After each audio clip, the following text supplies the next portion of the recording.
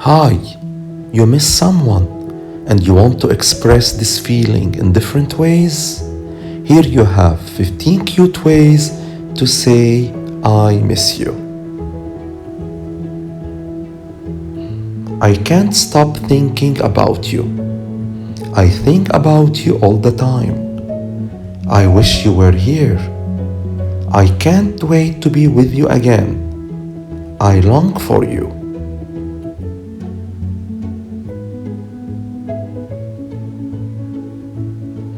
I feel empty without you. I see you everywhere around me. Time stops moving when you are away. My heart aches for you. I can't stop listening to our songs.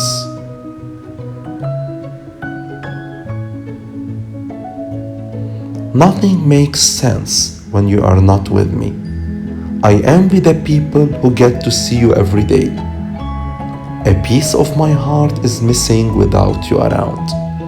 I am incomplete without you. My world is not the same without you. Finally, don't forget to subscribe and to click the bell for more lessons and notification.